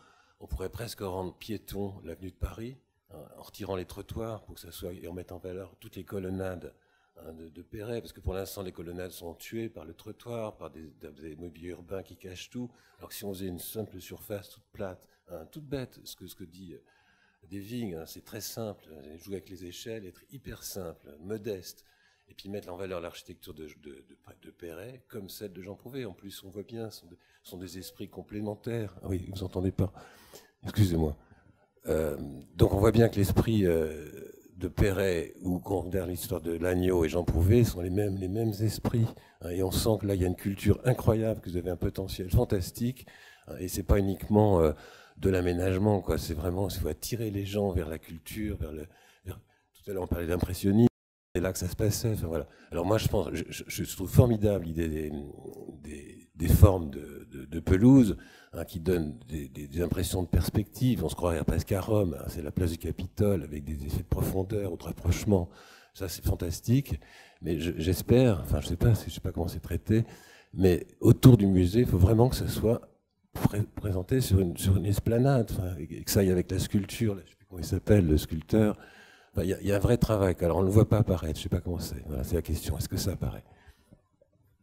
C'est vrai on ne montre pas tous les détails ici. Et il est vrai aussi qu'on doit jouer avec des contraintes fonctionnelles et budgétaires. Alors, c'est pas un reproche, c'est la réalité. D'ailleurs, le même raisonnement est tenu pour Marseille. C'est-à-dire, on a, après de nombreuses discussions avec tous, imaginé des tas de... Parce qu'Inessa a montré dans sa stratification que, naturellement, il y a une voie majeure qui existe. Alors, on la diminue un peu, on trouve un matériau... Oui, on la redresse. Oui, alors merci pour les questions. Je n'évoquais pas la topographie. Et évidemment, dans les lignes qu'on installe, un des plus grands sujets, c'est la topographie, c'est-à-dire de redresser. Alors il y a ici Hugo et Francesca qui travaillent activement sur ces choses-là depuis maintenant 2 ans. Donc c'est comment avoir des lignes toujours parfaites et qui sont kilométriques sur un quai déjà réputé relativement horizontal, avec donc de l'eau. Donc c'est un sujet technique assez délicat, ce sont des équilibres délicats. Donc en effet, on redresse complètement cette chose, et même en termes de matériaux, cette chaussée aura le même matériau que le reste, qui est vraiment un bête tarmac, mais dont le traitement est particulier, qui est très clair. Enfin, qui est clair. Voilà, mais il n'y a pas l'écriture d'une route. Donc on a tout à fait accepté le fait que la chaussée existait, et elle est même importante, elle est même une perception majeure du site.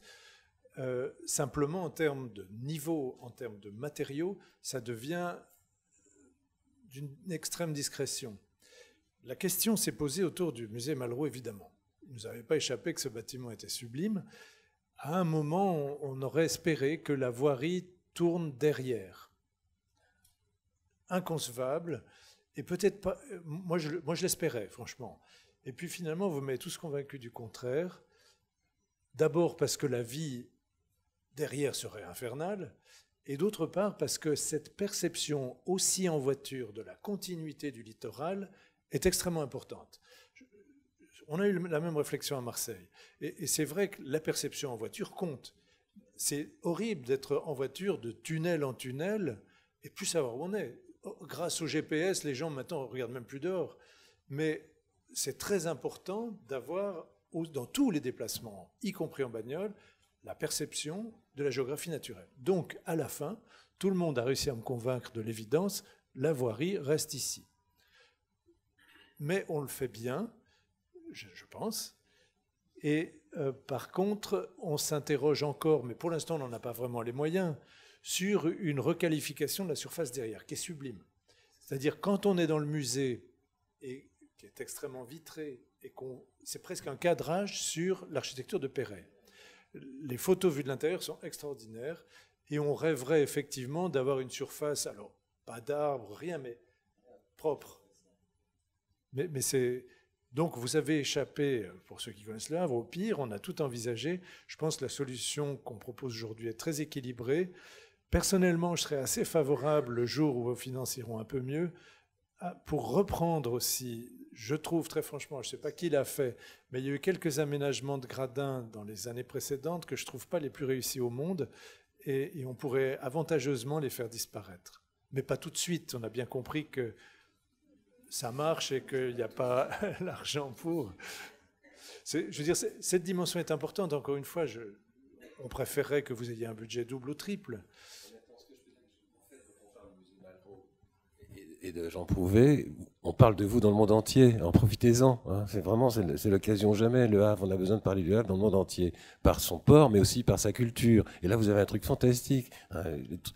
Vous avez ce qu'il faut, vous avez un potentiel, vraiment, c'est prêt. Il suffit de regarder. Hein. Et puis d'écouter un peu des vignes qui vous dit d'aller jusqu'aux façades de Perret, et puis de casser les machins qui ont été ajoutés pour rien. Bon, on ne veut pas semer le trouble, hein, perdre la confiance, mais c'est vrai que ce serait quand même intéressant. Deuxième tranche. Donc on ne vous demande pas de délai, là. Mais c'est, encore une fois, j'ai un côté masochiste. J'ai travaillé avec des gens, quelques grands architectes qui m'ont toujours pris mes budgets de travaux. Et à la fin, j'écris souvent que je leur en suis reconnaissant. Je trouve que dans de tels espaces, l'économie de moyens, donc ce n'est pas un minimalisme de principe, ce n'est pas un minimalisme connoté, mais cette économie de moyens est pertinente. Et surtout, elle a du sens par rapport au littoral d'une part et par rapport au port industriel. Et par contre, évidemment, j'apprécie l'intervention d'Inessa qui donne le grain que je ne veux pas donner. Et je trouve que cette tension entre ces éléments va donner toute la richesse de cet espace. Les pelouses seules, ce serait tout à fait chiant. Cet ensemble-là fonctionne. Vous avez d'autres questions ? J'avais deux questions. J'ai été très frappé par l'image où on voit la plage, la photo où on voit la plage et le quai en blanc. Et cette image, elle a été produite avant le concours ou après le concours ? C'est ça, c'est une image produite par d'accord, c'est une image qui porte le projet, enfin qui annonce le projet. Donc, d'accord. Et autrement, est-ce que vous constituiez votre équipe quand vous vous êtes présenté ou vous avez été entre vous deux, les deux intervenants, vous intervenez sur des registres très différents. Est-ce que vous étiez ensemble au départ ? Oui. D'accord. Oui, parce que vous nous avez tout de même un peu torturés, puisqu'on a eu droit à ce dialogue compétitif, puis à un concours avec des concurrents très sérieux. Effectivement, les visions urbaines étaient celles d'Inessa. Du détail.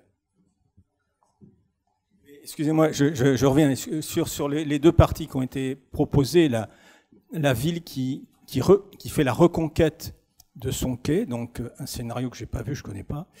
Et là, ce projet-ci, moi je ne dirais pas qu'il y a un projet paysage et un projet ville. Il y a deux manières d'aborder le territoire, soit la ville qui le reconquiert mais qui va jusqu'au bord du quai, et à ce moment-là le vide c'est plutôt le port, l'eau, et puis ce projet-là qui est très différent, qui est magnifique aussi, mais pour moi ce sont deux projets de paysage-ville tous les deux, quoi. Chose importante quand même dans ce que vous dites, c'est qu'il n'y a rien à reconquérir. la chose particulière au Havre, que Nessa a souligné, qui n'existe pas dans d'autres ports, c'est que cet espace a toujours été un espace public. Et dans les représentations peintes, comme dans toutes les photos d'archives qu'on a pu trouver, c'est ce qui le rend particulièrement intéressant, sauf peut-être une période où il était sous-employé, mais ça a toujours été à la fois un espace à l'échelle du port avec des usages portuaires et en même temps un véritable espace public. On y voit toujours des événements, des manifestations, des personnes, des promeneurs, un hôtel, un palace à un moment, le musée. Enfin, donc ce n'est pas le... Vous voyez, quand on parle de reconquête, non, c'était déjà un espace public. Mais ce n'est pas le cas de Gênes, c'est pas le cas d'autres endroits. C'est très spécial. Ça reste d'ailleurs le lieu de la capitainerie, ça reste l'entrée physique tout de même du port. On voit passer les bâtiments. C'est peut-être la grande chance. C'est pour ça qu'on n'a pas besoin d'en faire trop. C'est un espace public et c'est vraiment une part clé du port puisque sa capitainerie est là et que c'est le cerveau du fonctionnement du port. Construire ce quai jusqu'à la... Non, justement, enfin, dans ce que vous dites, moi, il y a une chose... Je comprends bien et c'est intéressant, mais cet espace vide entre le véritable vide du plan d'eau comme... Enfin, ce n'est pas un vide, mais comme le port industriel, je crois qu'il est intéressant qu'il y ait cet espace intermédiaire. C'est-à-dire cette pelouse ou ce tarmac, ou peu importe, cet intermédiaire est nécessaire. Et plus que ça, ce que propose Inessa, ce sont toutes ces strates intermédiaires qui mettent en situation ce vide, sinon pourrait être banal, parce qu'en réalité, je ne sais pas comment vous l'appelez, enfin, le plan d'eau entre la pointe de Floride et le quai de Southampton n'est pas très large. À la limite, on pourrait être déçu par cette dimension. Je crois que c'est grâce à la multitude de premiers plans qu'on donne aussi cette perception de la profondeur. Une construction au bord du quai serait décevante parce qu'au fond, cette largeur n'est pas formidable. Donc je crois que cette surface est nécessaire et d'autre part qu'il ne s'agit pas d'une reconquête. Ça a toujours été comme ça, sauf usage en attente.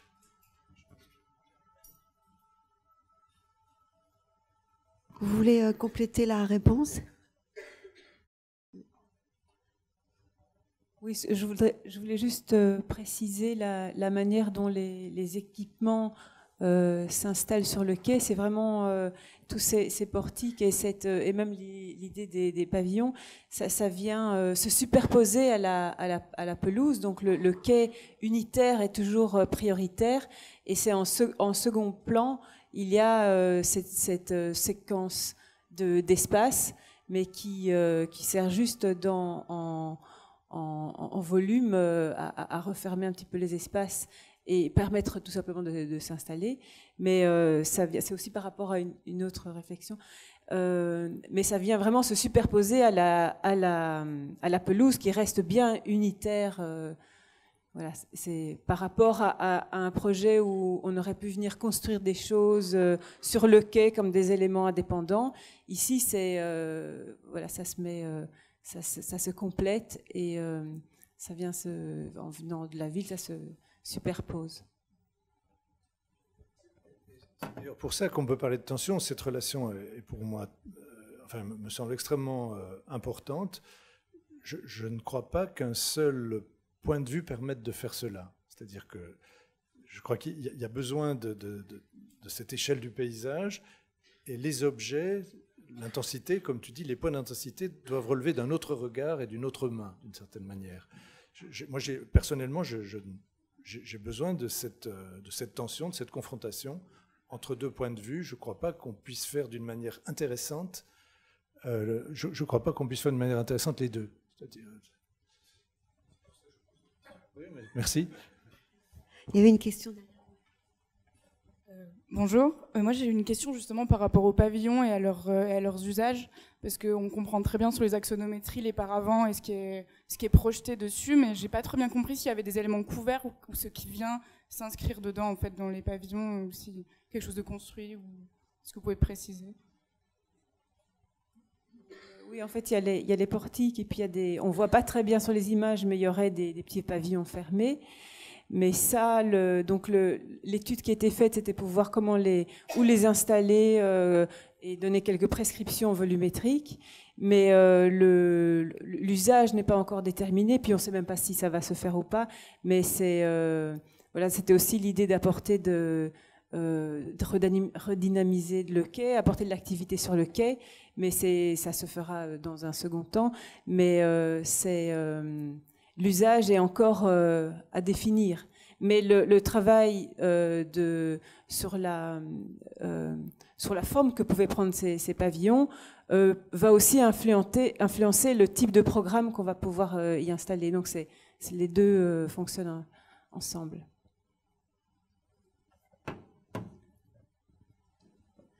Vous avez d'autres questions ?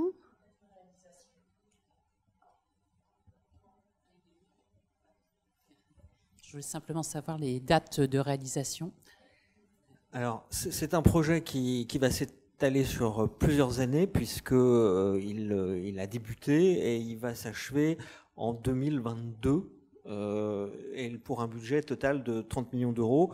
Alors, le séquençage de l'opération tient aussi au fait que cette année 2017 est une année particulière pour Le Havre, puisque, je le rappelle, donc la ville fête les 500 ans de sa création. Elle a été créée donc, le 8 octobre 1517, et donc elle célèbre cet anniversaire par toute une série d'installations dans l'espace public, des expositions également que je vous invite à venir découvrir donc, pendant toute la saison d'été. Et donc, nous ne pouvions pas nous permettre d'avoir une ville en chantier, si je puis dire, au moment où un afflux de touristes très important est attendu. Donc, il y a une première, ce qu'on a qualifié de travaux préparatoires qui ont consisté à faire table rase, en quelque sorte, sur le quai, démolir les édicules qui, au fil du temps, avaient vu le jour, enlever les parkings, mettre des premières pelouses qui ne correspondent pas au dessin final tel que l'a imaginé Michel Desvignes. Et donc ces travaux préparatoires ont été faits avant cette saison d'été. Et puis dès après la fin des festivités du 500e anniversaire, nous entamons là les vrais travaux qui déboucheront sur la forme finale et qui devraient donc se terminer donc en 2022. Alors évidemment, vous avez vu que le projet court à la fois sur le sud et remonte un peu sur l'ouest. Donc nous commençons par la partie sud, donc le grand fuseau qui est au sud sur le quai lui-même, et puis la deuxième partie sera ensuite faite. Merci. Vous avez d'autres questions ?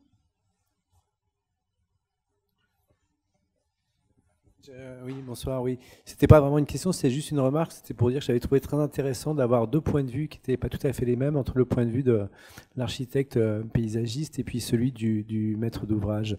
Où Michel Desvignes nous explique que ce qui a généré son projet, c'est surtout l'idée d'absence d'échelle, en fait, que je trouvais remarquable. Et puis vous nous avez expliqué qu'en fait, vous l'aviez vu comme un rapport à l'océan très fort. Et voilà, je voulais juste... Enfin, au final, en fin de compte, l'océan n'a pas d'échelle, donc en fait, c'est pas du tout des points de vue contradictoires, mais je trouve très intéressant de pouvoir confronter, en fait, enfin pas confronter, mais avoir les deux points de vue pour nous, professionnels, c'est une chose assez pratique, quelque part. Merci. Alors moi j'ai une question qui ne concerne pas le réaménagement des quais, mais qui concerne en fait un bâtiment qui se trouve sur l'avenue Lucien Corbeau. Donc on parle de bâtiments qui sont assez forts dans le centre-ville, qui sont l'hôtel de ville, l'église Saint-Joseph, etc.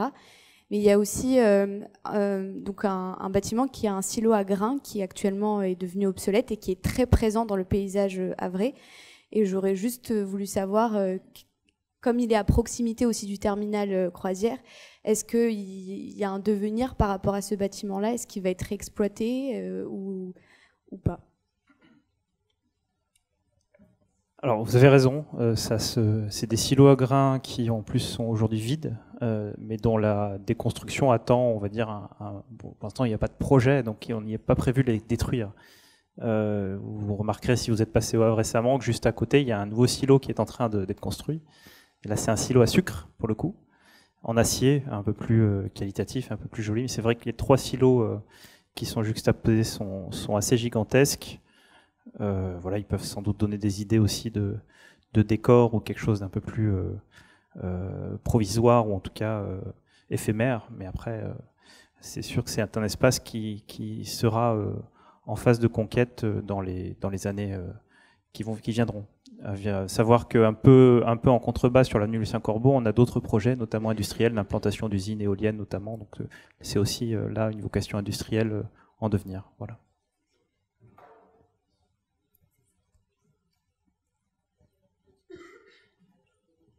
Juste un dernier mot sur les matériaux que j'ai évoqués rapidement, mais ça compte. Parce que par rapport à la question que vous posez, justement, qui pourrait conduire à une conservation, le choix qu'on a fait ici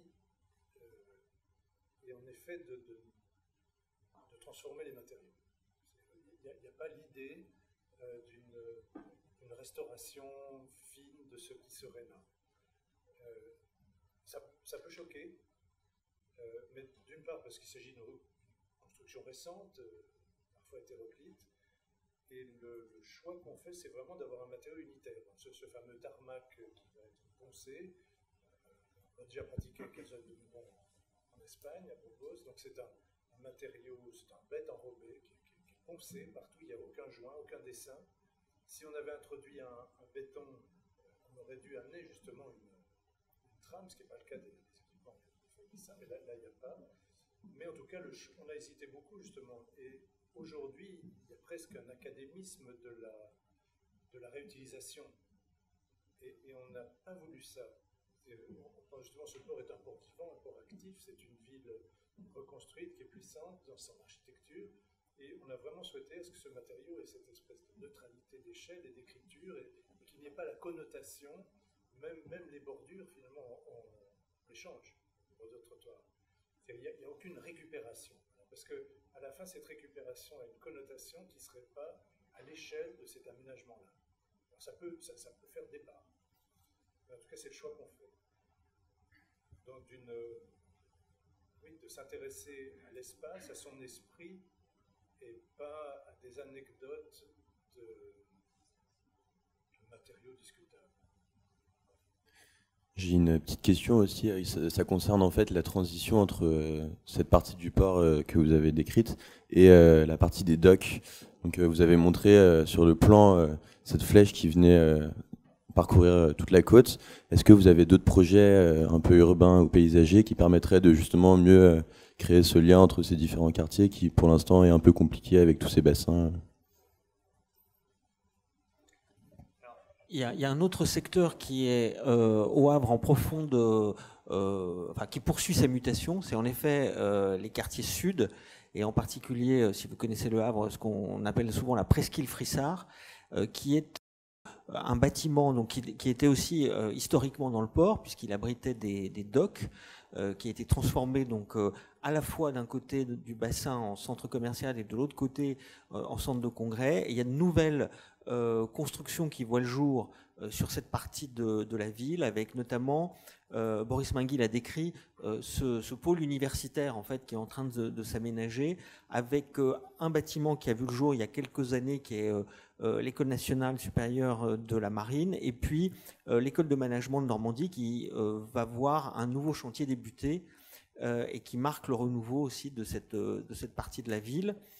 Lorsque vous faites référence à ce cheminement donc qui passe par le quai de Southampton et qui rejoint les quartiers sud, la fin, j'allais dire, du périple, c'est ce qu'on appelle au Havre le jardin fluvial, qui est donc ce jardin qui a été aménagé donc, tout près d'un des bassins et qui est au sud, enfin la partie la plus au sud des quartiers sud. Voilà. Donc il y a cette idée-là aussi que l'aventure de la rénovation urbaine en fait se prolonge en effet vers l'est de la ville.